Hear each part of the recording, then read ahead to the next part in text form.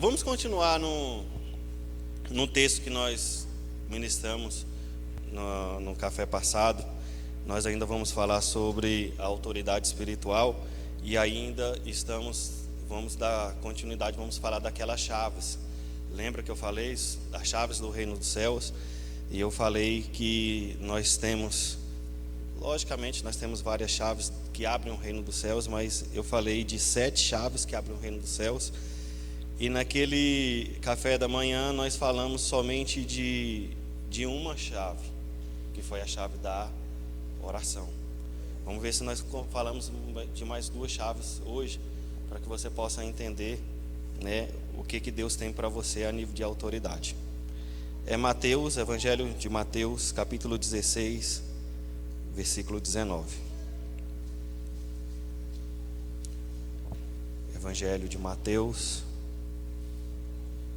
capítulo 16, verso 19. Deus tem feito uma grande obra, né, na minha vida, na minha família, através desse ministério.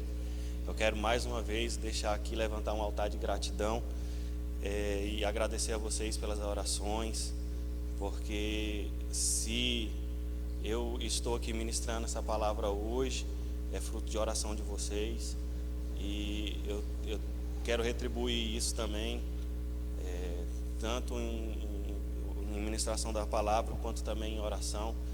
Nós, essa semana também, levantamos o jejum em oração a favor de vocês, porque o reino de Deus é movido por esse tipo de entendimento. Sem gratidão a gente não alcança o mais de Deus.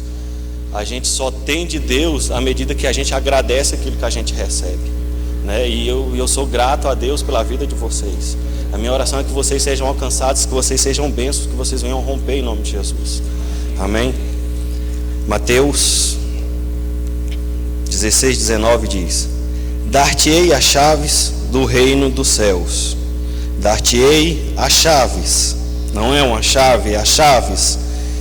O que ligares na terra terá sido ligado no céu, e o que desligares na terra terá sido desligado no céu. Mesmo sentados aí com a Bíblia aberta, vamos fazer mais uma oração, amém? Pai, nós te louvamos e engrandecemos o teu nome. Senhor, cerca este lugar agora com a tua presença, com o teu fogo. Meu Deus, nós não permitimos que a partir deste momento Satanás venha trazer qualquer interferência. Leva cativo agora a nossa mente, a tua obediência. Nós queremos, Senhor amado, receber do Senhor. Nós queremos receber de Ti. Nós queremos sair daqui, meu Deus, com a nova visão. Nós queremos sair daqui, meu Deus amados, impactados com aquilo que o Senhor tem para nós. Confronta-nos, Senhor. Traz confronto para o nosso espírito, para o nosso coração. Traz mudança de vida para o louvor do Teu nome. Que esse lugar agora esteja somente ao acesso do Pai, Filho e do Espírito Santo e dos anjos que o Pai determinar estarem aqui, para o louvor da glória do Teu nome, em nome de Jesus. Amém. E graças a Deus. Gente, recapitulando um pouco sobre o que nós vimos, né, no café passado, nós falamos sobre um posicionamento. Para que nós possamos receber de Deus uma autoridade espiritual, nós precisamos nos posicionar. Porque o inimigo das nossas almas, ele não descansa nem de dia nem de noite. O objetivo dele é parar a igreja. O Senhor tem planos para essa igreja, o Senhor tem planos para a tua vida, o Senhor tem planos para a tua família. E para isso nós vamos conquistar por meio da guerra. Nós vimos que a gente não pode chegar na casa do valente e tomar o que ele tem sem antes o amarrá-lo, sem antes ter um confronto, sem antes ter uma guerra. Nós vimos que nós temos que amarrar o inimigo, e o Senhor não veio trazer não veio trazer uma paz, mas veio trazer uma espada. O nome Jesus, quando vai para o hebraico, ele se chama Josué. O nome de Jesus é grego, hebraico é Josué. Porque da mesma forma que Josué foi levantado para levar o povo de Israel a conquistar a terra, assim Jesus também é o nosso líder, assim, a fim de nós conquistarmos a nova Canaã, a nova Jerusalém, irmos para o céu. E do jeito que foi por meio de guerra, do jeito que foi Jericó e foi as demais nações, Jebuseus e as outras nações, onde que nós vemos no livro de Josué, assim também é conosco. O caminho para o céu é um caminho de batalhas. E eu quero falar hoje sobre uma chave que abre o reino do céu, chamado fé. Fala assim, fé. O que é fé? Nós vamos falar um pouco disso. A nossa fé, ela precisa estar fortalecida e precisa estar direcionada. Se eu fosse pregar essa mesma mensagem, se eu tivesse a oportunidade de pregar essa mesma mensagem para a igreja, eu pregaria ela para toda a igreja de uma outra forma, por um outro prisma. Mas como eu estava buscando a direção de Deus para a tua vida, liderança, ela vai ser pregada de uma outra forma. Eu estava sendo extremamente confrontado por Deus ao receber essa mensagem. Procurava a Elisana e a gente ia orar junto, ia falando assim, olha Elisana, o que Deus tem mostrado, olha Elisana, o que Deus quer, qual era a direção de Deus, e nós parávamos e íamos orar, porque é a palavra que se renova todo dia. Eu tinha algo já em mente para falar, mas Deus foi falando e mudando um aspecto. A direção da mensagem é para você, é para mim. Jesus, certa vez, se eu não me engano, é João, o Evangelho de João, capítulo 6. Ele passou pela multiplicação dos pães e depois ele teve um sermão, e esse sermão era direcionado aos discípulos. Até então, eu entendo ali cerca de 70 discípulos. Se a gente vê nos evangelhos, ele manda de 2 em 2, tudo mais 70. E ele chega para os discípulos e faz um discurso muito duro. Ele começa a confrontar a fé deles. E muitos daqueles discípulos foram se levantando e indo embora. Até que Pedro perguntou, Senhor, o Senhor não está sendo duro demais? E Jesus olha e fala assim, se tu quiseres, vai tu também. Pode ir também. E aí, no Evangelho de João, capítulo 6, João fala assim, se não me engano é verso 68, ele fala assim, para quem eu irei, se só tu tem palavras de vida eterna. A mensagem era dura, a mensagem era confrontadora. Muitos não estavam aguentando aquela mensagem tão dura e estavam indo embora. Ele chega para Pedro e fala, se quiseres, vai tu também. Agora a declaração de Pedro é, para quem eu irei? Às vezes nós pensamos que é para onde eu irei, não, é para quem eu irei. Se só tu tem palavras de vida eterna. Eu não tenho outro lugar, eu não tenho outro Deus, eu não tenho outro refúgio. Eu entendo que o Senhor é um Deus de misericórdia, é um Deus de bondade. Eu não tenho quem me apegar. Salmista Davi, o salmista Asaf falou isso no Salmo 73, dizendo, a quem tenho eu no céu além de ti? Apesar de existir muitos deuses, mas quem é o Deus de misericórdia? Quem é o Deus de amor? Quem é o Deus que trabalha para nós enquanto nós descansamos e confiamos nele? Quando nós olhamos em relação a outras religiões, a outros deuses, a gente vê quão grande amor tem o nosso Deus por nós. A misericórdia dele não tem fim. Apesar dele ser Deus, Criador do universo, ele desceu em forma humana, habitou entre nós para nos salvar. Ele ouve as nossas orações, Ele se compadece de nós, o Espírito dele nos envolve, como nós falamos no café passado, com gemidos inexprimíveis, leva até Deus, Ele está junto. Qual é o Deus que é assim? Quando nós vemos outras religiões, nós vemos deuses que castigam, que oprimem. É por isso que Asaf falou: quem tenho eu no céu? A quem eu vou recorrer? A quem eu vou invocar? É por isso que Pedro entendeu e falou: para quem eu irei? Não é religião, porque religião ele tinha, era relacionamento,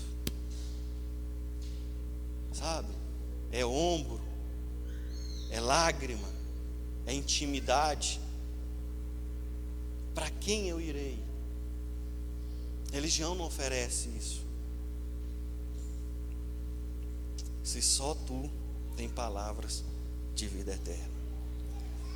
No meio daquele texto, onde que os discípulos estavam indo embora, né, por causa da palavra do Senhor, aí vem um confronto a mim, dizendo: que tipo de discípulo você é? Isso é uma pergunta que você tem que ir fazendo para você mesmo, porque eu creio que o Espírito Santo vai ministrar a tua vida durante essa manhã em cima dessa pergunta: que tipo de discípulo você é? Você é do tipo do discípulo que fica ou do tipo do discípulo que vai? No meio dos 12, a gente, é engraçado quando a gente vai vendo a psicologia dos apóstolos, né? A gente via lá discípulos com a personalidade como Judas. Quando a gente fala de Judas, todo mundo já encara de uma forma ruim, né? A palavra Judas, na tradução hebraica, é Judá. Judá todo mundo encara legal, né? Mas Judas, todo mundo já associa a traição, né? Mas Judas, ele é o discípulo mais equilibrado que tinha entre os 12, a ponto dele ser o tesoureiro da turma. Imagina, Jesus não ia colocar um doido para cuidar das finanças, né? Ele era equilibrado, só que a fé dele é racional. Quando nós vemos, ele tinha uma expectativa de que Jesus fosse o Messias para livrar Israel de Roma, do Império Romano. E quando ele viu que Jesus não ia fazer isso, foi aonde que a fé dele esmoreceu. A gente tem que entender, entrando nesse contexto, das várias faces do ministério de Jesus. Porque Jesus é o Messias, Jesus vai vir reinar sobre o trono de Davi, o mundo vai estar debaixo da autoridade dele, vai. No livro de Apocalipse fala isso, do reino milenar, dos 1000 anos do reino de Jesus. Mas aquele era um momento, não era um momento. Ele veio como Messias não para livrar Israel do reino de Roma, mas ele veio como Messias para nos livrar do império das trevas. Ali tinha uma face, ali tinha um projeto, ali tinha um plano, mas ele não confiou. Quando ele viu que a fé dele era numa perspectiva e que Jesus não ia suprir, ele simplesmente agora o trai. Agora muitas vezes nós somos assim, às vezes nós temos uma perspectiva, às vezes nós temos planos, a qual nós confiamos no Senhor, e quando a gente vai percebendo que não é aquilo naquele momento, a nossa fé vai esmorecendo. Aí a gente pensa em deixar.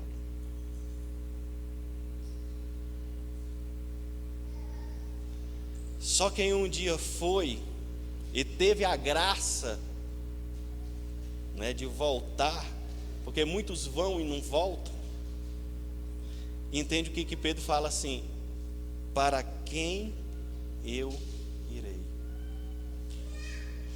É que nem um filho pródigo, quando ele quis, né, a herança, a parte da herança, ir embora, e o pai deu. Enquanto ele tinha, né, a herança dele, ele gastou, ele não lembrava do pai, mas quando aquilo acabou, que ele foi passando por situações difíceis, e foi passando por situações apertadas, e de repente ele estava desejando comer, ele não estava comendo, ele estava desejando comer aquilo que os porcos comiam. Ele lembrou da casa do pai, ele falou assim: nenhum dos servos, dos empregados do meu pai passava por isso aqui, eles comiam melhor do que essa situação aqui. Eu vou voltar para a casa do meu pai e vou falar assim: eu nem sou digno de ser chamado filho, mas me aceita como um dos teus empregados. Ele entendeu aqui nesse contexto, é para quem eu irei. Mas muitas vezes os nossos planos e os nossos projetos estão acima dos projetos de Deus. Provérbios, se eu não me engano, é 16, fala assim: o coração do homem faz planos, mas a resposta certa vem de Deus. Deus até está afim de realizar os teus sonhos e os teus projetos. Só que Ele, antes disso, olha para a tua estrutura. Sabe por que Deus é lindo e sábio? E Ele sabe que tem determinadas estruturas, tem determinadas bênçãos, que sem estrutura vira maldição. Então não é porque Deus não quer te abençoar ou realizar aquele projeto, é porque Ele ainda está trabalhando no teu coração, na tua estrutura. Mas Judas não quis esperar.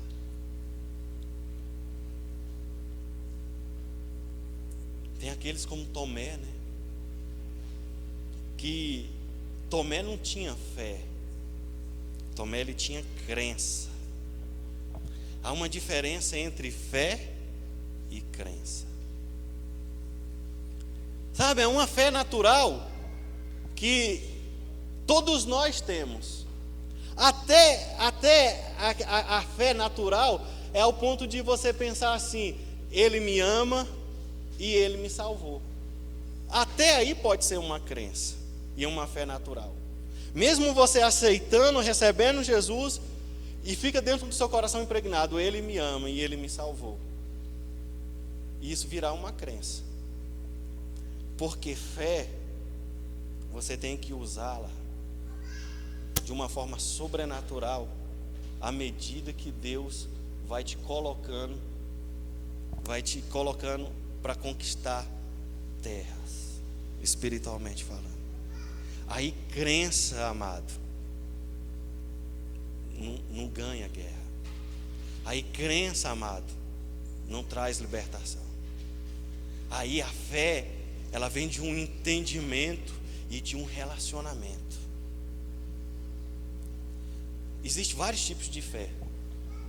Tem gente que tem fé no emprego, tem gente que tem fé no dinheiro, tem gente que tem fé na beleza. Muitas vezes pensa que a beleza dele ou dela vai abrir portas. E tem gente que tem fé na fé.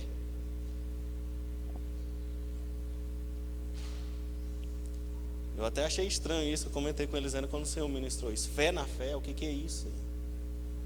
É o pensamento positivo. E o pensamento positivo é errado? Não, não é errado. Eu estou dizendo que é quando esse pensamento positivo, ele se torna a fé da fé, e ele não tem relacionamento.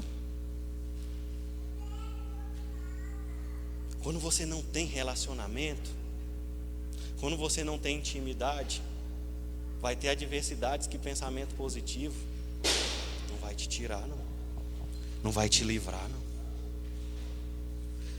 Então, o que eu quero dizer? Eu quero dizer que fé,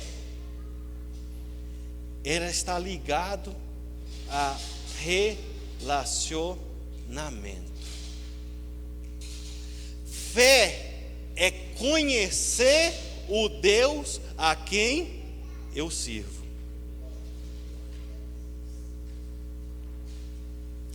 Porque quando você não conhece o Deus que você serve, vai ter momentos que você vai embora. Quando você não conhece o Deus que você serve, vai ter momentos que você vai duvidar. Tomé viu que Jesus tinha ressuscitado a filha de Jairo, ele viu muitas doenças sendo curadas, muitas pessoas sendo libertas, mas quando ele viu que Jesus tinha morrido e agora tinha anunciado a sua ressurreição, ele falou assim: ele foi até capaz de curar, ele foi até capaz de libertar, mas a ressurreição não acredito. Quando, amados, a nossa fé é baseada em relacionamento, ao qual nós podemos falar assim: eu sei o Deus a quem eu tenho crido. Amado, qualquer situação de morte para você é simplesmente um tempo, a qual você vai falar assim: eu estou vendo morte, mas logo, logo vai vir ressurreição, porque eu sei a quem eu tenho crido. É como Abacuque, quando olhou aquela situação que Israel estava. Ele olha e declara assim: ainda que a figueira não floresça, ainda que não haja frutos, eu todavia confiarei no Senhor, Deus da minha salvação. Ele estava vendo a desolação, um desastre, e quem olhasse falava assim: acabou. Mas a fé de fruto de um relacionamento fala assim: Ele é capaz de restaurar. Ele é capaz de trazer ressurreição aonde há morte. Ele é capaz de trazer ressurreição aonde há morte. Amém. Levanta suas mãos que eu quero profetizar de olho aberto. Há ressurreição aonde há morte. E talvez aonde há morte na tua vida, eu quero dizer que hoje o Senhor quer trazer um relacionamento, uma fé de relacionamento, vai na tua vida. Amém? Glória.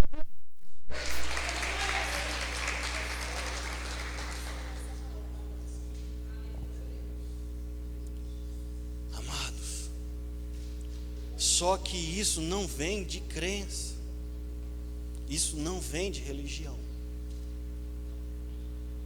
Cristianismo não é religião, cristianismo é relacionamento.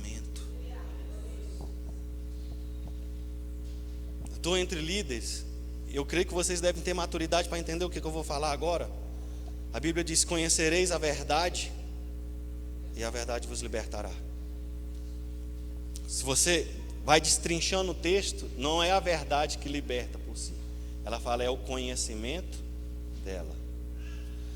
Quando a gente vai olhar a raiz da palavra conhecimento, entende o que eu quero falar? É a mesma que quando diz assim: e Abraão conheceu a Sara, e 1 ano depois eles tiveram o quê? Um filho. O conhecimento é um grau de intimidade tão grande, a qual um esposo tem com uma esposa na sua intimidade. Conhecimento é intimidade. Conhecereis a verdade.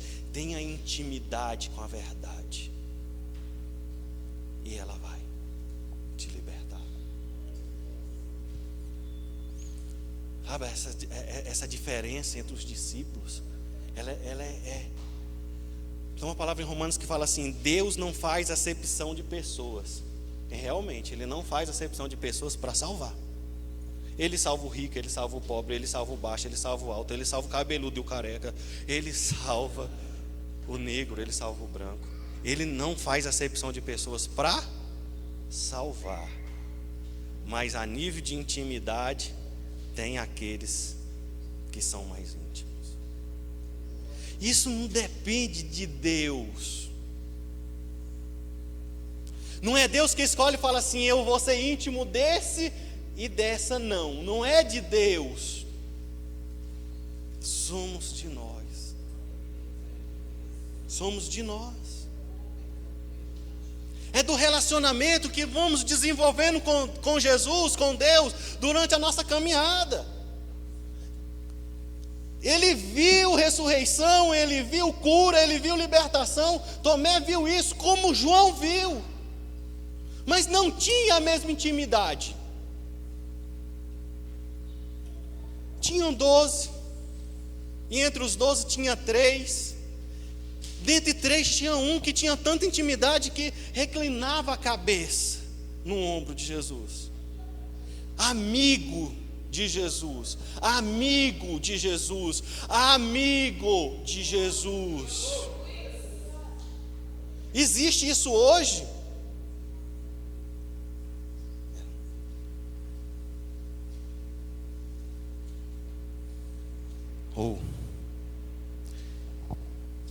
A expectativa de Deus para a tua vida é que o Espírito Santo possa chegar no teu ouvido e falar aquilo que Ele tem e aquilo que Ele quer.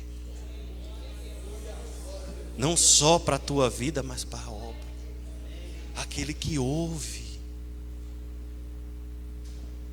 Lembra quando nós falamos de oração? Às vezes a nossa oração não é uma oração de relacionamento, mas é uma oração, é quase uma reza. Quando não é aquela rapidinha, né? É aquela onde que você despeja, levanta, amém, graças a Deus e vai. E quando ele pensa em falar, você já levantou e vai embora. Porque tem períodos de oração que é melhor que você fique calado e espere para ouvir, do que você falar demais e achar que o muito falar, Deus está te ouvindo. Intimidade é ouvir. Como a gente teve encontro de casal, as esposas sabem muito bem disso, né? É ouvir.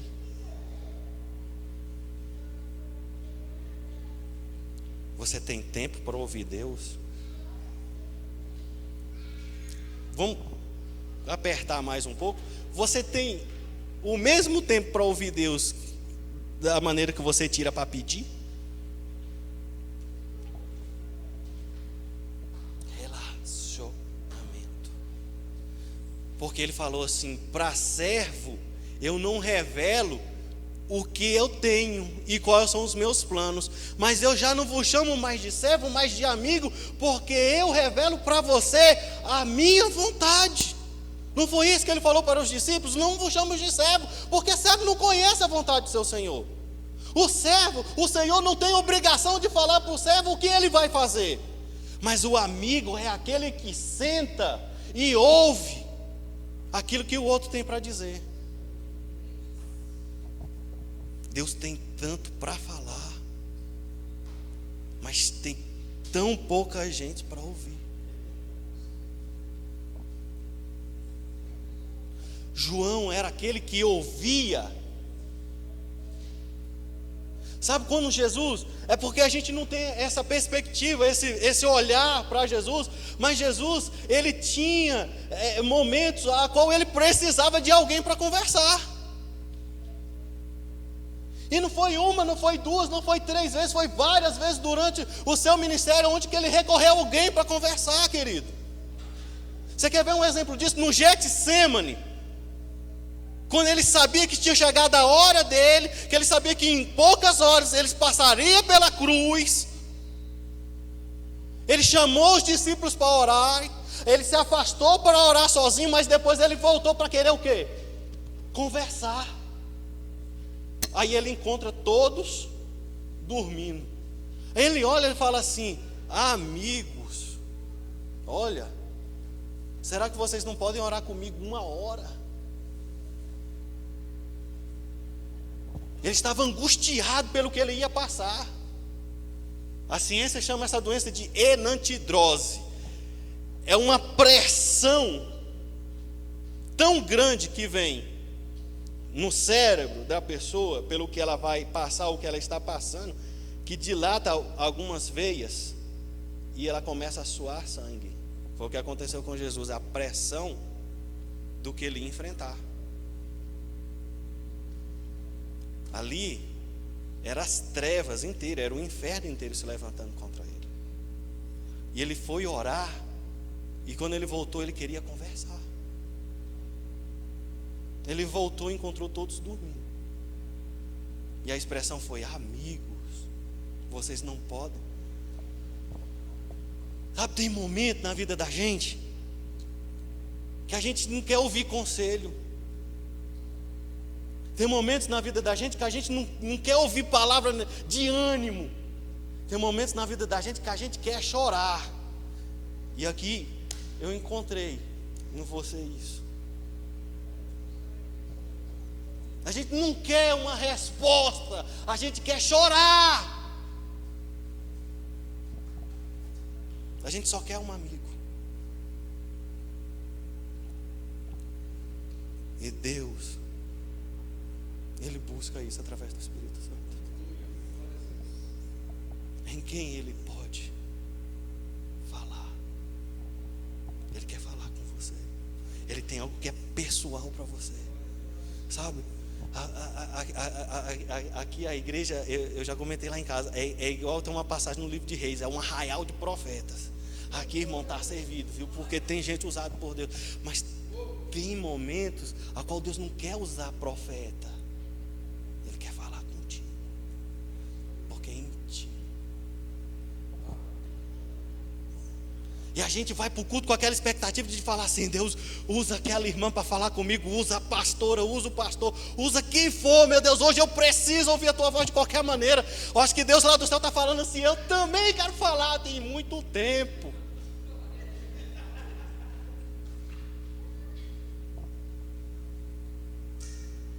Amigo, a ponto de lá na cruz ele olhar para a mãe dele e falar assim: Maria, está aí o teu filho. E olhar para João e falar assim: está aí a tua mãe. Em outras palavras, ele estava falando: cuida dela para mim.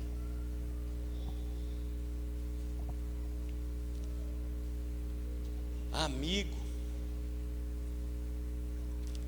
Quando Pedro queria saber alguma coisa, ele não chegava até Jesus. Lá na mesa da ceia, da última ceia, Jesus fala sobre aquele que há de trair. Aí se você olhar o texto, Pedro chega em João e fala assim: pergunta para ele quem é. Aí João vai lá, porque tem gente que sabe tirar suspiro de Deus.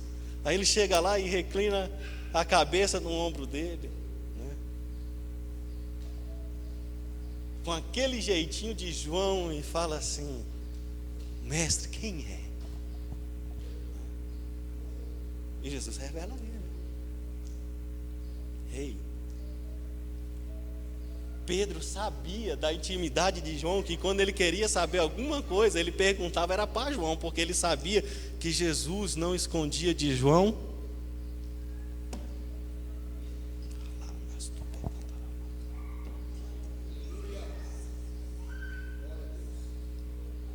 Amigo, fé é fruto de relacionamento. Fé é fruto de amizade com Deus. Abraão foi chamado o quê? Amigo de Deus, né? O pai da fé. Tem coisas que é só ligar. O pai da fé era chamado de quê? O pai da fé era chamado o quê? Amigo de Deus.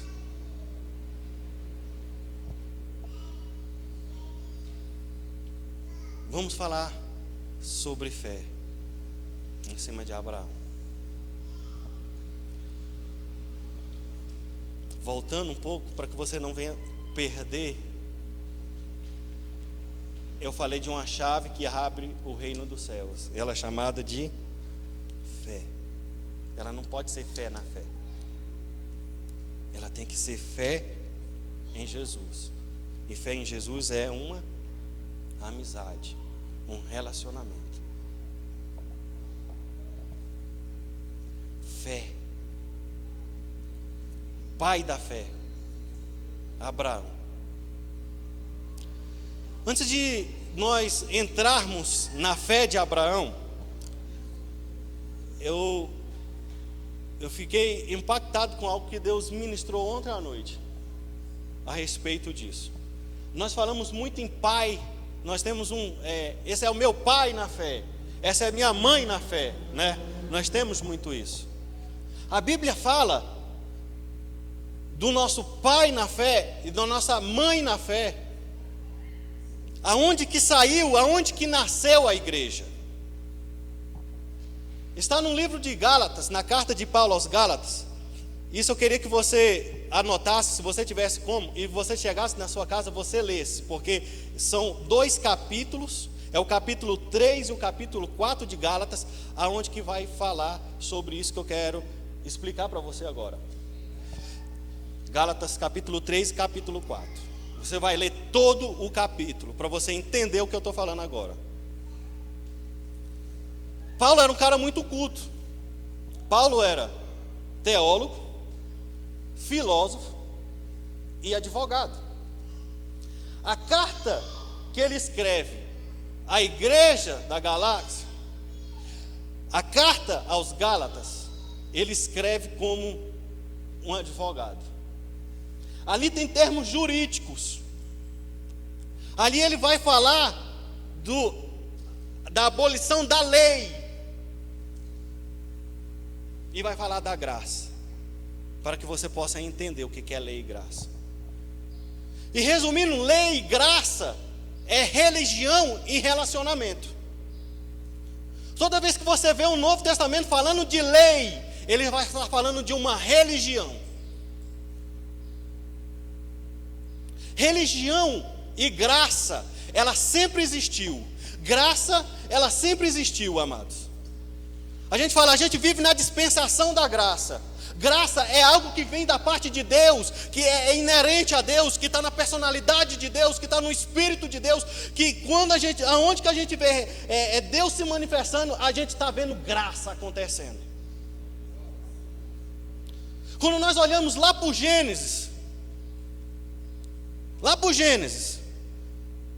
e a gente vê que Adão, quando peca, ele sente que ele está o quê? Nu. Não é isso que a Bíblia fala? Que ele se sente nu. Aí ele corre, e para esconder a sua nudez, para esconder o seu pecado, ele faz para si roupas com folha de figueira. Fala assim, figueira. Ele corre e costura uma roupa para ele e para Eva de folhas de figueira.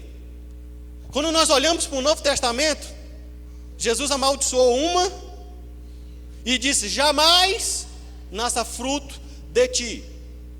Porque figueira é o símbolo de Israel. Figueira é o símbolo da religião judaica. Agora, voltando para Gênesis, ele vai e costura roupas com folhas de figueira. E aquilo representa a lei, a religião. Folhas de figueira representa a religião. Quando Deus vem, ele se esconde. E Deus fala, onde tu estás? Ele falou, estou escondido porque eu percebi que estou nu. Mas quem te falou que você estava nu? Ele estava com folhas de figueira. Mas você sabe por que folhas de figueira não servia? Porque é o seguinte, está na figueira, está verde, né? Tira a folha da árvore, ela faz o quê? Ela fica amarela, ela vai secando, ela vai esfarelar e ela não vai servir mais. Ele tirou da figueira, viu que as folhinhas eram grandinhas, dava para cobrir a sua nudez, costurou lá, fez a sua roupinha, mas ele se esqueceu que se tirando da figueira ia ficar amarela, ia ficar seca, ia esfarelar, ia mostrar nudez. Assim é religião. Religião não cobre pecado de ninguém, ela só esconde. Mas vai chegar um tempo que ela vai esfarelar e não vai servir mais. Não há libertação em religião. Quando nós entramos e vemos Deus resolvendo esse problema, ele fala que fez vestimentas para Adão de quê? de couro. Ele fez vestimentas para Adão de... Eu quero falar duas coisas. O couro ali é a graça. Primeiro, porque não é uma coisa que se desfaz. Quanto mais tempo passa, melhor fica. É que nem determinados instrumentos. Quando é feito e coberto com couro, quanto mais tempo passa, melhor fica. Assim é a graça. Quanto mais o tempo passa, se a graça está sobre a sua vida, mais unção vem, mais restauração vem. Agora, sabe qual é interessante dessa história? É as entrelinhas dela, é o que o texto não diz, mas o que está escondido entre as entrelinhas. Porque se Deus fez uma roupa de couro, Ele teve que matar para tirar a pele. Será que um cordeiro foi morto para que a pele dele servisse para cobrir a nudez de Adão? Olha Jesus aparecendo aí, porque ele teve que morrer para que graça superabundante fosse derramada sobre as nossas vidas e o seu sangue nos cobrisse, nos lavasse de todo pecado. Aleluias! É graça, é graça, não é religião. Uma vez me perguntaram assim, falando assim, porque o texto fala assim, que a figueira tinha flores, e Jesus amaldiçoou ela.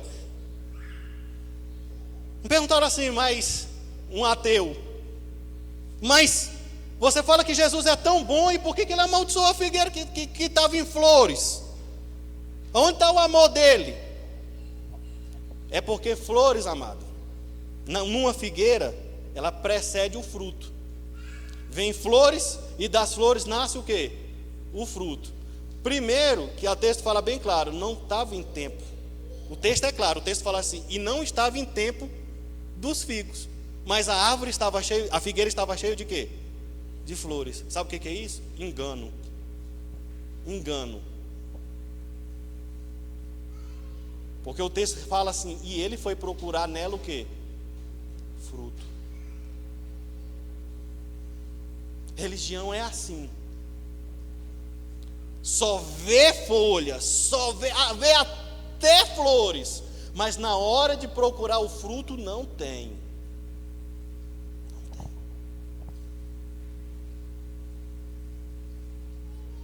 E Jesus falou, jamais nasça de ti fruto. Ele estava falando, acabou a religião para tentar aproximar o homem de Deus. Acabou. Não tem fruto. Fruto. Posso continuar? Eu poderia falar outra coisa, mas foi isso que Deus está ministrando. Eu tenho um receio. Pode ser que alguém nunca mais queira olhar na minha cara depois disso. Vai fazer que nem foi com Jesus. Olha, fruto é algo que tem que estar dentro do nosso coração como uma preocupação. Porque em João 15 fala assim, o meu pai é o agricultor. Ele fala assim, eu sou a videira e vocês são os ramos. E o meu pai é o... Jesus é a... E ligado neles nós somos os... E o pai é o... O agricultor espera o que da sua plantação, me diz?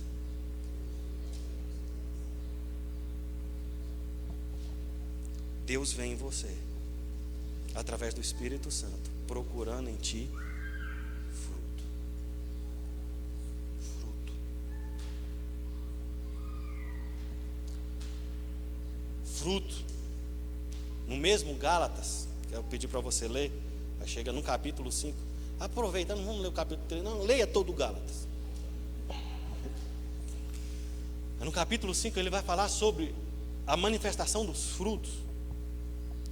Que não é nem frutos, é fruto, é um fruto só. É um fruto só. O engraçado é isso. É porque até nisso a Bíblia faz questão de ser bela. Porque quando Jesus fala, eu sou a videira, e videira, qual é o fruto da videira? Manga? Qual é, gente? Me ajuda a pregar o evangelho. Jaca, acertou. Fruto da videira é o quê? Uva. Isso, ficou com medo, mas é uva. E a uva é como? Como que nasce o fruto da uva? Não é em cacho? Você não pode dizer que uva é uma só, né? O fruto da videira é um cacho. Aí quando ele vai lá para Gálatas, ele fala, o fruto do Espírito. É um fruto só, mas ele é cheio de quê? Aí tem um fruto do amor, da longanimidade, da benignidade. Sabe o que é isso? É momentos da sua vida onde que o fruto tem que aparecer. Momentos que precisa de amor, é o fruto que vai se manifestar. Momento da paciência é o fruto que vai se manifestar. Fruto, e o Pai procura isso. Ele é o agricultor.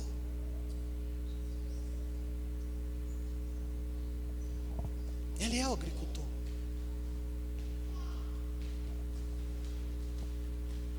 Fruto. Você vê que Jesus amaldiçoou a figueira, amaldiçoou a religião. Não nasça nunca mais nada de ti. Por quê? Porque tem folhas e não tem o quê? Frutos. Tem flores, mas não tem o quê? Frutos. Não mata a fome de ninguém. Quando ele chega em João 15, ele vai ter o mesmo rigor de falar assim, eu sou a videira.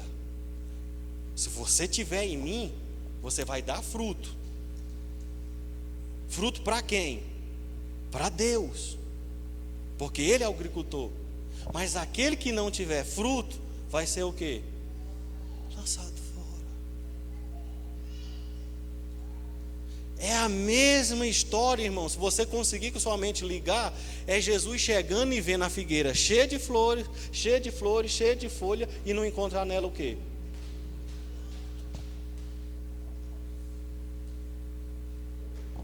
Mas fruto. Fala, irmã.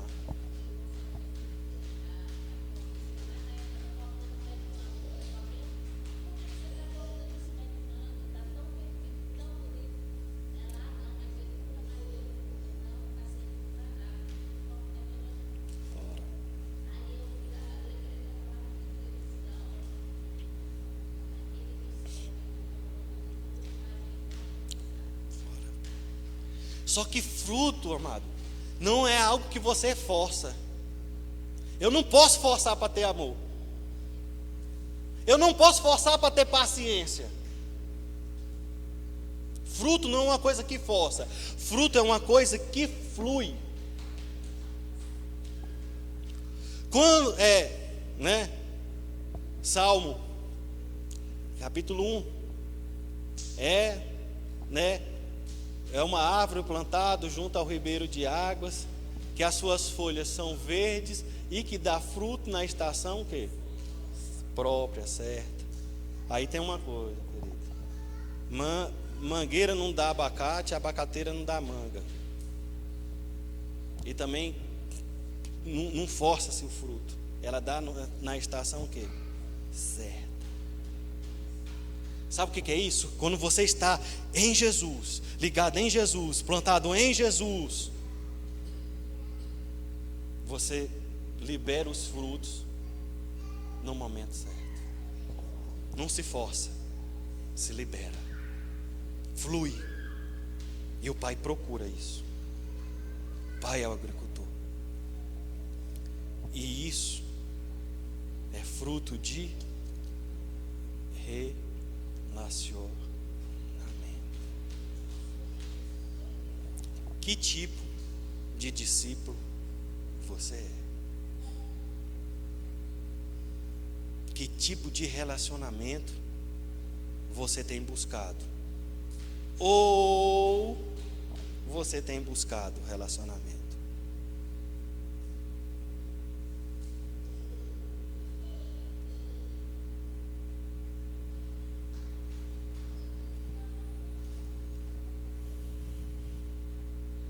Quando a gente olha para Abraão,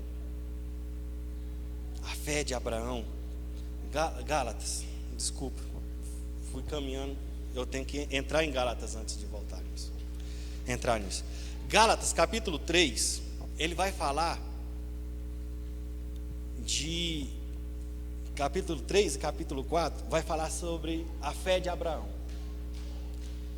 Aí ele vai dizer o seguinte, para os Gálatas, que todos que são da fé, eles são filhos de Abraão. Então, antes, os judeus se gabavam e diziam que só quem era filho de Abraão era eles. E Jesus quebra isso, porque Jesus nos evangelhos falou assim: vocês dizem que são filhos de Abraão, mas vocês não são filhos de Abraão porque vocês não têm a mesma fé que ele. Aí Paulo vai complementar essa palavra de Jesus dizendo em Gálatas capítulo 3, se eu não me engano é versículo 28, falando assim: todos que são da fé, eles são filhos de Abraão. Então Abraão também é o nosso pai, o quê? Na fé. Então aqueles que têm fé, eles são filhos de Abraão. Eles são o quê? Herdeiros da mesma promessa.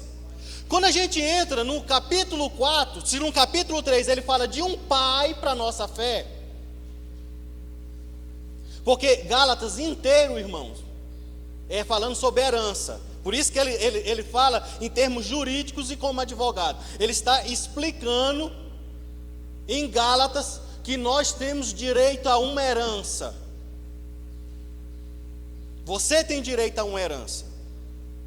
E ele fala assim: essa herança Deus deu a Abraão, que depois foi repartida aos seus filhos. E esses filhos de Abraão não são os filhos da carne, são os filhos da fé. Então ele fala assim: você tem direito a uma herança, e essa herança é a mesma que eu prometi a Abraão, é para você, se você tem a mesma fé que ele, no mesmo Deus que ele. No capítulo 4 ele vai falar que nós temos uma mãe.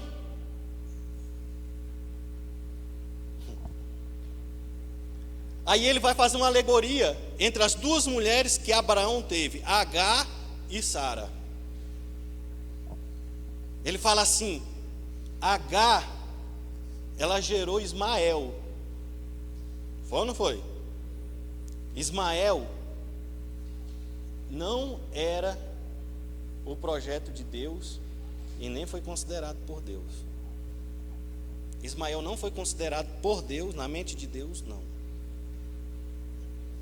Porque quando ele foi para sacrificar Isaac, ele falou assim: pega Isaac, o teu único filho. Mas não tinha Ismael como primogênito? Para Deus não. Para Deus Ismael não era. Porque o decorrer do texto era bem claro que o filho era uma promessa. Quando chega no capítulo 4 de Gálatas, Paulo tem uma revelação e começa a escrever essa revelação. Entenda isso, que vai ser importante para você. Ele vai falar assim: Agar, ela representa o Sinai, o Monte Sinai, no Monte Sinai é onde que foi feito a lei. E ele fala assim: o Monte Sinai, Agar representa a religião. E o filho da religião, ele não é aceito por Deus. Sara representa Sião. Você vai ler isso em Gálatas 4, desse jeito que eu estou falando, não estou tirando nem pondo. Ele vai falar assim: Sara é o monte Sião, que onde é o monte da intimidade com Deus. Ele vai falar assim: olha, Sara representa a graça, e os filhos dela é os filhos da promessa. Então nós temos um pai na fé que se chama Abraão, e quando nós remetemos a Deus, a mesma fé em Deus, e nós temos uma mãe espiritual, e ela é chamada graça. Você, a igreja, nasceu como um fruto de Deus com a graça, e você é filho da promessa, como Isaac. Pode, Senhor. Você é filho da promessa. Você é filho da graça. Você pode bater no peito e falar assim: eu tenho Deus como pai, e a minha mãe se chama Graça. Eu sou filho da promessa. Você é filho da promessa.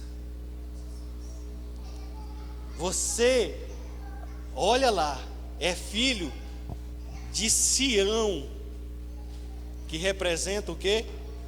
Intimidade. É o monte da intimidade. Intimidade.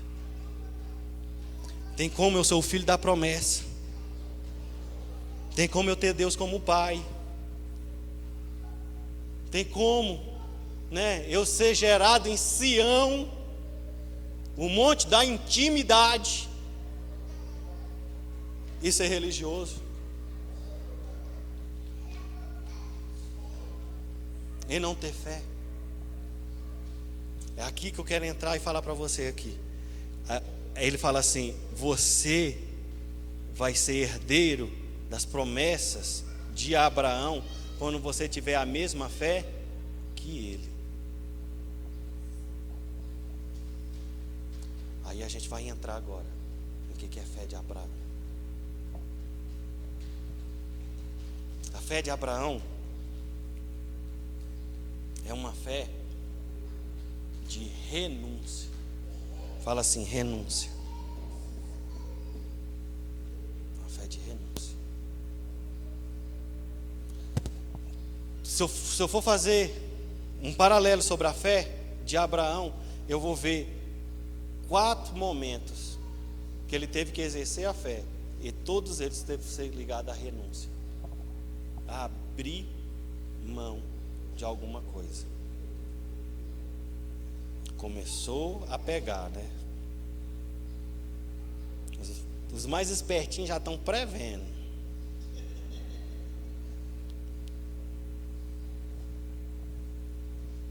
Já está Abraão em Ur dos Caldeus, Mesopotâmia, Babilônia, o berço da feitiçaria, da malignidade do mundo.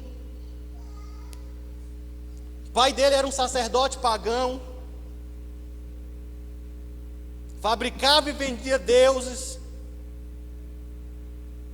Aí Deus chega para Abraão e faz um chamado. E o chamado de Deus para Abraão é: sai da tua da tua parentela. Sai, se desliga. Era a zona de conforto dele. Era onde ele tinha tudo, onde que ele tinha família, onde ele tinha riqueza, onde que ele tinha tudo. O conforto dele, a estabilidade dele. Vamos dizer que a fé dele estava o quê? Ali. Ele tinha uma certeza, uma fé natural de que se ele ficasse ali, ele nunca ia passar por problemas. Porque o pai dele era conhecido, o pai dele era rico. Ele tinha a estabilidade dele. Aí Deus chama ele e fala assim: sai e vai para uma terra que eu ainda vou te mostrar. Aí ele desapega da família, é o primeiro corte. Quando a gente começa a andar com Deus, quando você começa a andar com Deus, a primeira coisa, Ele vai começar a te pedir determinadas coisas. Isso não é, por isso que eu falei, eu podia pregar isso aqui, e se eu fosse pregar isso para a igreja, eu não ia pregar da mesma forma. Isso não é para povo, isso é para quem? Discípulo. Porque ele falou assim: quer me seguir? Ele não estava falando para discípulo. Jesus falou: quer me seguir? Toma a sua cruz. E cruz é lugar de renúncia, é lugar de morte, é lugar de sacrifício. Discípulo, crente que anda com Deus, ele já anda com o altar do sacrifício nas costas.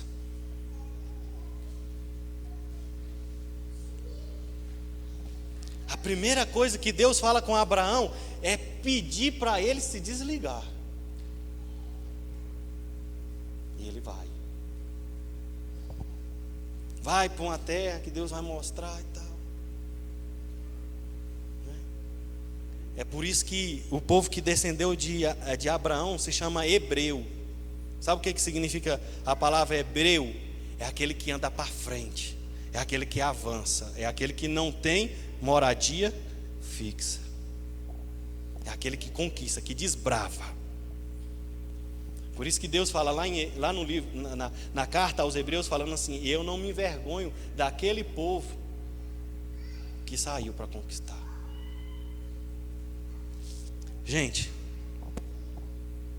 Deus faz uma promessa para ele, que ele ia ter um filho, a sua mulher estéril.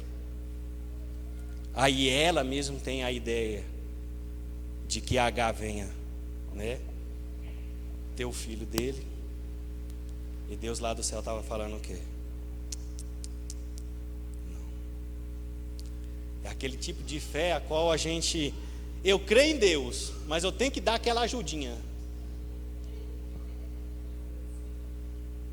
Quando a gente quer dar uma ajudinha para Deus, nasce até o fruto daquilo, mas lá na frente, para continuar caminhando, ele fala: tem que deixar no deserto.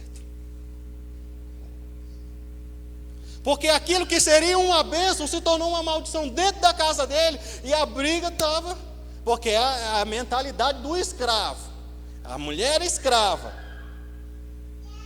Ali era a famosa barriga de aluguel. Ela tinha que gerar o filho e entregar para Sara cuidar. Depois ela não quis. O filho é meu, então não vamos despachar. E daqui a pouco a escrava, a serva, estava querendo mandar. É porque é a mentalidade de escravo. E muita gente é assim, às vezes recebe alguma coisa da parte de Deus e se ensoberbece. Aí Deus tem que mandar deixar no deserto.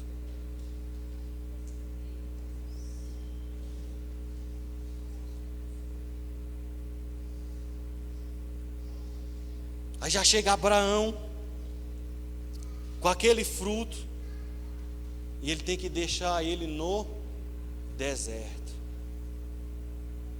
Tinha que ter fé para fazer aquilo, porque não foi nada fácil. Ele não tinha filho, agora ele tem. O menino tem 12 anos, ele passa 12 anos com o menino, entendeu? E crendo que era o filho da promessa, que era o filho de Deus. Aí Deus chega e fala assim: agora você vai ter que abandonar. Quem vai cuidar dele é eu, mas não é o que eu tenho para você. Irmão, se não tiver fé, não larga.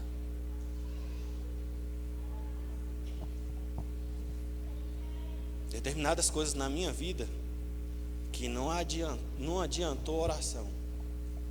O pastor sabe.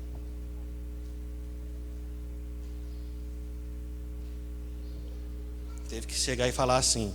Ele chegou para mim e falou assim: pastor Cleito, isso aí tem que deixar no altar, pastora.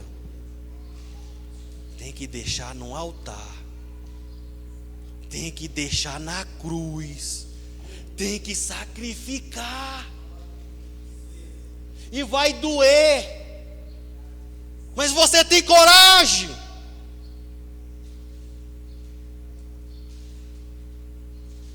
Porque tem determinadas coisas que, se a gente não deixar na cruz, se a gente não deixar no altar, a gente não rompe, a gente não segue. Aí, querido, é hora de a gente saber se a gente crê ou se a gente tem crença. Se a gente tem fé ou se a gente tem crença. Aí é hora da gente saber se a nossa fé é religião ou relacionamento. Tinha que ter fé para deixar Ismael no deserto. E não era ruindade de Abraão não, querido. Não é ruindade de Abraão, não é ruindade não. Porque Deus falou assim: deixa ele lá porque eu vou cuidar. E cuidou tanto que se tornou lá os árabes, 12 nações. Imagina se, né, não fosse abandonado a criança. Deus cuidou tanto que se tornou o que se tornou. Mas era para Abraão deixar. Que tipo de discípulo você é? Ele está falando para você nessa manhã: toma a tua cruz. Para romper Desculpa, mas é claro, para romper, para muita gente romper, vai ter que deixar alguma coisa na cruz. Eu não estou revelando aqui o que é, eu só estou falando o que Deus está mandando dizer. Vai ter que deixar na cruz. Quer romper? Quer mais de Deus? Isso é em qualquer sentido, seja espiritual, seja físico, seja sentimental. Quer romper? É uma hora que Deus está falando para você assim: vai ter que deixar na cruz. E Ele está falando com você o que é.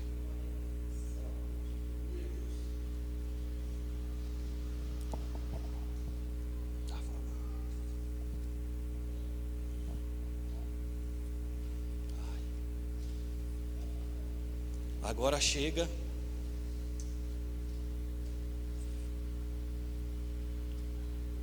o tempo de Deus para Abraão, né? Já velho, uma mulher já velha, sem expectativa nenhuma.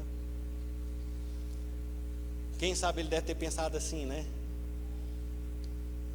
Era Ismael mesmo, mas Deus não quis que eu tivesse esse herdeiro.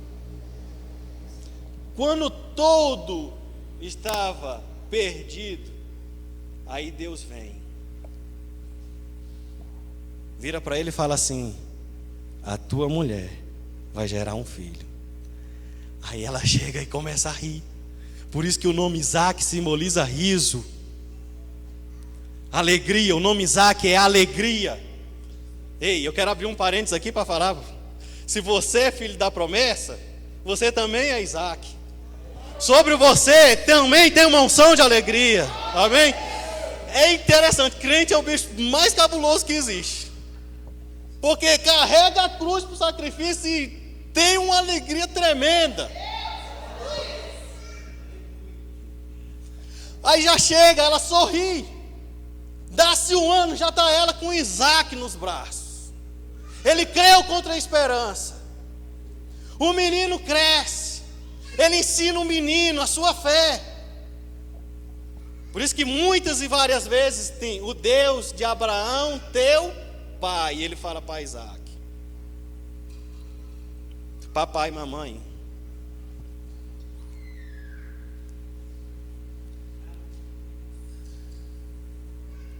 Será que teu filho fala assim: o Deus da minha mãe, o Deus do meu pai?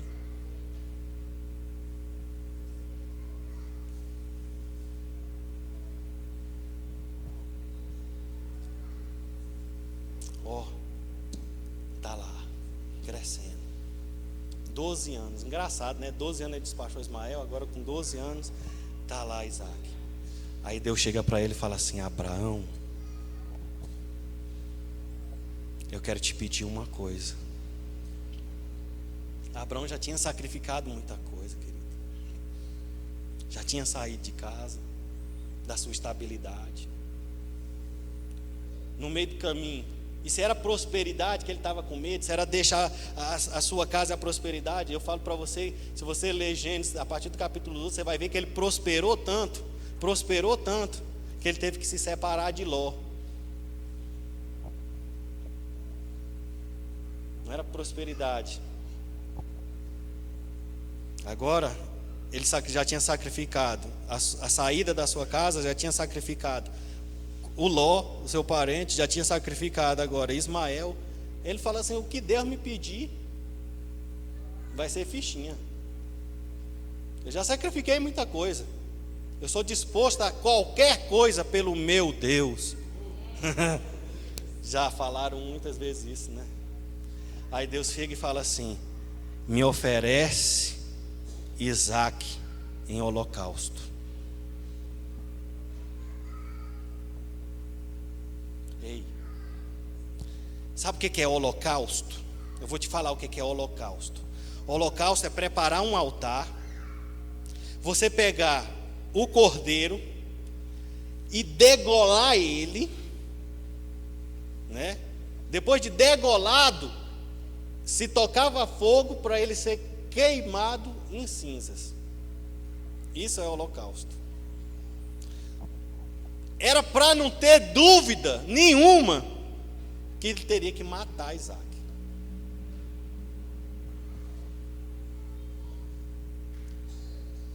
É pedir uma coisa que você sempre buscou em Deus como uma bênção. Né, pastor? O pastor sabe o que é isso, né? Uma gráfica, né? Era um sonho, né? E por amor ao ministério ele falou: sacrifica. Nem todo mundo tem coragem, não.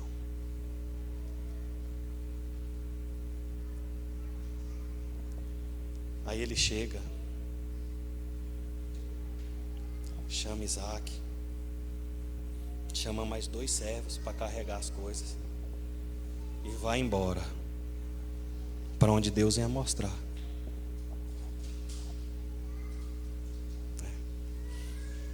Eles caminham muito tempo. Eles caminham de Berseba até ao redor de Jerusalém, onde que é a atual. E lá no monte que Deus mostra, monte do sacrifício, Deus fala: é ali. 3 dias andando. Sabe que naqueles 3 dias andando, Abraão deve ter pensado assim: meu Deus, ele vai mudar de ideia. Deus vai mudar de ideia. Sabe? Quando Deus te pede alguma coisa, Ele te dá até o tempo para você digerir aquilo. Mas vai chegar um tempo que Ele vai falar: é agora. Ele mostra o Monte Moriá, e fala para Abraão: é ali. O interessante do texto, ó a fé de Abraão. O interessante do texto que estava ele, Isaac e os 2 servos carregando as coisas. Quando ele chega lá no sopé do monte, ele vira para os servos e fala assim: fiquem aqui, eu e o rapaz vamos adorar e voltaremos. A primeira manifestação de fé de Abraão. Deus mandou ele matar, mas ele falou que ia adorar, ia. Deus mandou entregar em holocausto. Ele falou assim: eu vou adorar e vou voltar. O escritor de Hebreus fala que Deus se impressionou com a fé de Abraão, porque ele cria que Deus poderia ressuscitar Isaac dentre as cinzas. Sabe o que é isso, irmão? Ele fala assim: eu vou matar, mas eu sei que Deus é poderoso para ressuscitar. Você crê que ainda tem áreas na sua vida que pode haver ressurreição? Quando você olha e fala assim: é um vale de ossos secos, que você pega com a mão e fala assim: é sequíssimos, que esfarela na mão, como Ezequiel, que ele está falando para ti: ó filho do homem, levanta um clamor, no meio do cemitério, no meio do nada, no meio da morte.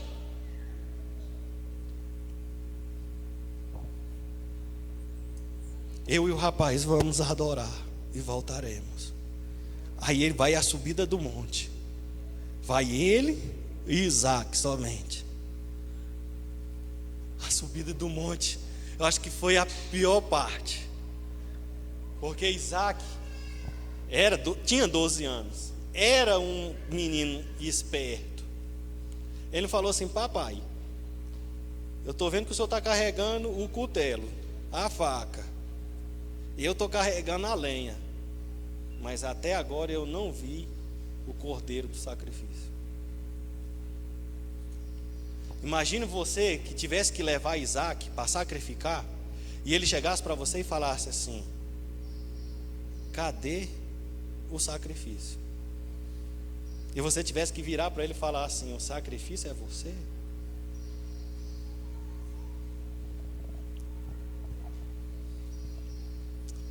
Irmão, eu vejo 2 coisas aqui. A primeira delas é a fé que Abraão passou para o seu filho Isaac. Porque Abraão, avançado de idade, beirando lá os 100, né? O menino tinha 12 anos. Se ele chegasse para o menino e falasse assim: é você, meu filho, que eu vou matar, mas tenha fé que Deus vai te ressuscitar. E esse menino saísse num pinote no meio do mato, não tem quem pegasse. É ou não é? Abraão, velho, não ia correr atrás do menino. Mas acredita que o menino acreditou na fé do pai, a ponto da palavra de Deus falar assim, que ele é uma prefiguração de Jesus Cristo, porque foi para o matadouro sem questionar. Quando ele virou e falou assim: pai, aonde está o cordeiro?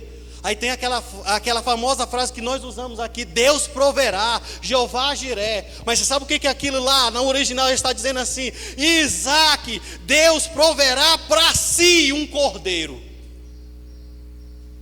Isso é muito mais forte do que a gente pode imaginar, porque ele estava falando assim: Deus proverá para si. Ele não estava falando assim: Isaac, Deus vai prover para você e para mim um cordeiro para ser sacrificado no lugar. Ele estava falando assim: Deus vai prover para ele mesmo um cordeiro.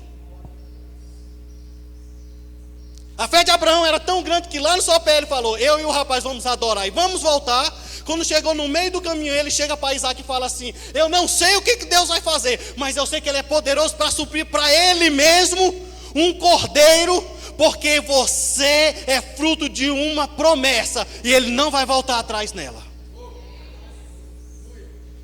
A promessa de Deus pode passar o tempo que for, mas há de se cumprir na tua vida e ele não vai voltar atrás. Eu não sei o que Deus vai fazer. Ele vai prover um cordeiro por sacrifício, mas ele vai cumprir a promessa dele. Muitas vezes nós temos que passar por esse teste do tempo. Isaac acreditou que Deus ia suprir, e foi. Aí chega lá, prepara o altar, amarra Isaac. Eu acho que a última conversa que ele deve ter com o menino foi falando assim: não se preocupe, eu vou te matar, mas Deus vai te ressuscitar para mim de novo. Você crê, meu filho? Sabe por que a Bíblia fala que Abraão sacrificou Isaac? Lá na carta de Hebreus está dizendo assim: Abraão sacrificou Isaac no coração, e por isso Deus não deixou ele sacrificar.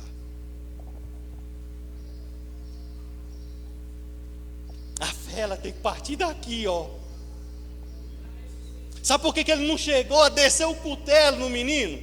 Porque ele já tinha matado aqui, ó. Porque ele já tinha aceitado aqui, ó. A fé, ela começa daqui de dentro para depois ir para fora. Porque lá fora é um cemitério, lá fora está tudo destruído. Mas a fé começa a ver um jardim, a fé começa a ver algo que não existe. Ela traz à existência aquilo que não existe, porque dentro do interior está cheio de vida. Lá fora pode estar cheio de morte, não tem mais jeito, mas aqui dentro tem que estar cheio de vida. É o espírito de vida que está aqui. Abraão tinha um espírito de ressurreição.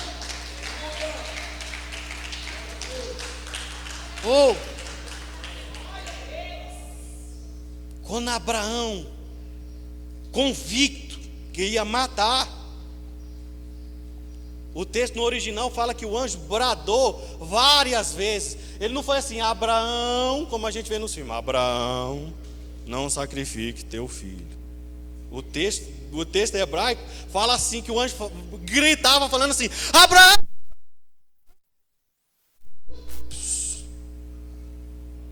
Porque a fé do cara, se ele não bradasse e falasse: Abraão, Abraão, Abraão, a fé do cara era de descer o cutelo do menino. Ele falou: agora eu sei que tu temes o Senhor, não faça isso. E quando ele olha para trás, está um carneiro preso pelos chifres. É a palavra que Abraão soltou para Isaac, falando assim: Deus proverá para si o cordeiro. Aleluias, glória a Deus. Aonde estava esse cordeiro? Deixa eu conjecturar aqui. Eu acredito que esse cordeiro, ele acompanhou Abraão do sopé do monte até lá o cume. Eu acredito. Mas onde está esse cordeiro que não apareceu? Onde está esse carneiro que não apareceu? Não apareceu, irmão, eu vou te falar por quê. É porque ele não olhou para trás. Porque era Abraão subindo e o cordeiro subindo atrás. Sabe por que ele não viu? Porque ele não olhou para trás. na hora de sacrificar Isaac. Se Deus está te pedindo alguma coisa para sacrificar, olha para trás não. E agora, pastor, como é que vai ser? Deus proverá para si. O que vai ser, desculpa a expressão, eu não estou sendo rude com Deus, Ele conhece meu coração, é problema de Deus. Quando ele falou assim, Jeová Jiré, quando ele expressou isso para Isaac, quando ele falou assim, Deus proverá para si um cordeiro, ele estava falando, Isaac, não se preocupa, porque isso é um problema de Deus. Uma coisa eu sei, é que Ele é capaz de te ressuscitar das cinzas. Eu não vou te perder. Ele não volta atrás na promessa. O cordeiro sempre existiu. O problema, a questão é que ele não olhou para trás para ver. A fé era muito grande. Deus proveu para nós, para si, um cordeiro para nós. No livro de Jó, fala assim, ó o mistério. Jó, os amigos tudo descendo a lenha nele, falando que ele estava em pecado, isso, aquilo, outro, ele falando assim, eu tenho certeza que eu não estou em pecado. Ele fala, ninguém pode ser acometido de tamanha desgraça, Jó, se não tiver em pecado. Aí ele brada e fala assim, eu chamo Deus para ser advogado contra Deus na minha causa. É difícil de entender, ele fala, eu chamo Deus para ser advogado contra Deus. Eu vou te explicar, isso aconteceu lá na cruz. Era Deus imputando o pecado, era Deus imputando toda a maldição, e era o Deus recebendo isso por amor a nós.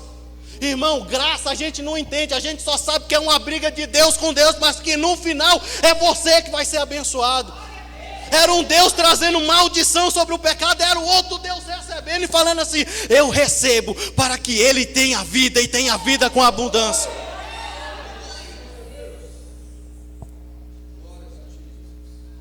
Abraão falou a mesma coisa quando disse, Deus proverá para si o cordeiro. Isso não é problema seu, o que vai acontecer depois do seu sacrifício, é de Deus. Eu só sei de uma coisa, eu tenho certeza que se você sacrificar aquilo que Deus pede, Ele supre para você. Você vai conhecê-lo de uma maneira que você nunca imaginou conhecer. É a fé de Abraão. A fé de Abraão é fé de renúncia. Fé de Abraão é fé de entrega. Fé de Abraão é a mesma fé que Jesus chamou dos seus discípulos e falou assim, tome a sua cruz. Não é para povo. Se você for povo, você não se encaixa nessa palavra. Ele vai multiplicar o pão para você, vai multiplicar o peixe, você vai comer o sanduichinho. Não se preocupa. Ele não despreza o povo, mas se você for discípulo, ele fala, toma a sua cruz, porque eu vou te mostrar muitas coisas grandes. Porque aonde há morte, também há ressurreição. No altar do sacrifício, há ressurreição. A ressurreição. A ressurreição. Amém.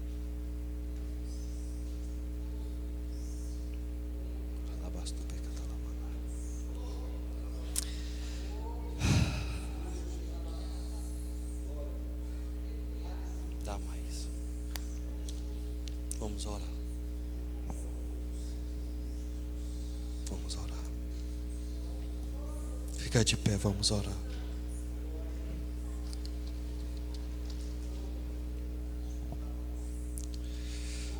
Aleluias, aleluias. Aleluias.